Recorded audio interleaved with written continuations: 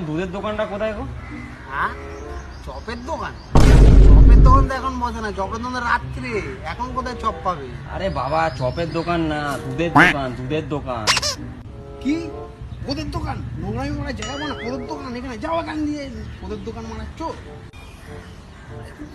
কালা চোদার আগে মনে হয় কিভাবে বোঝানো যায়। আরে দাদা শোনো, দাদা একটু শোনো শোনো, বলছি দাদা আমি একটা দুধের দোকান খুঁজছি। আমি সকাল দিয়ে দুধের দোকান খুঁজছি, এনাকে জিজ্ঞেস করছি আমার শুনতেই পারে না। আপনি কি জানেন এখানে দুধের দোকান কোথায়?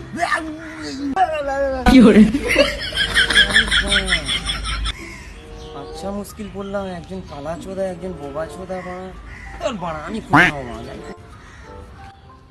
এই অনেকক্ষণ পরে একটা ভালো লোককে পেলাম, জিজ্ঞেস করা যায়।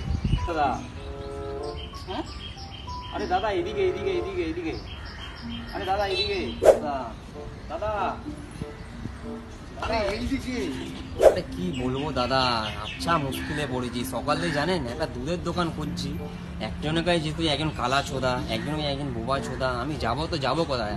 আপনি কি জানেন দাদা এখানে দুধের দোকানটা কোথায়? ও আচ্ছা আচ্ছা, দুধের দোকান এই তো বাদিকে। আরে বাড়া, তুই তো বড় অন্ধ চোদা রে, একজন কালা চোদা একজন বোবা চোদা একজন অন্ধ চোদা।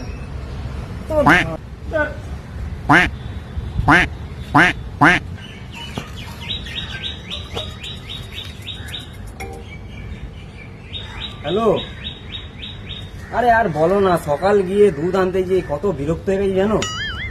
একজনের কাছে জিজ্ঞেস করছি একজন কালা চোদা, একজন জিজ্ঞেস করছি একজন বোবা চোদা, আর একটা ভদ্রলোককে জিজ্ঞেস করেছি, ও খুব ভালো লোক মনে হচ্ছিল কিন্তু ও এক অন্ধ চোদা বেরিয়ে গেছে।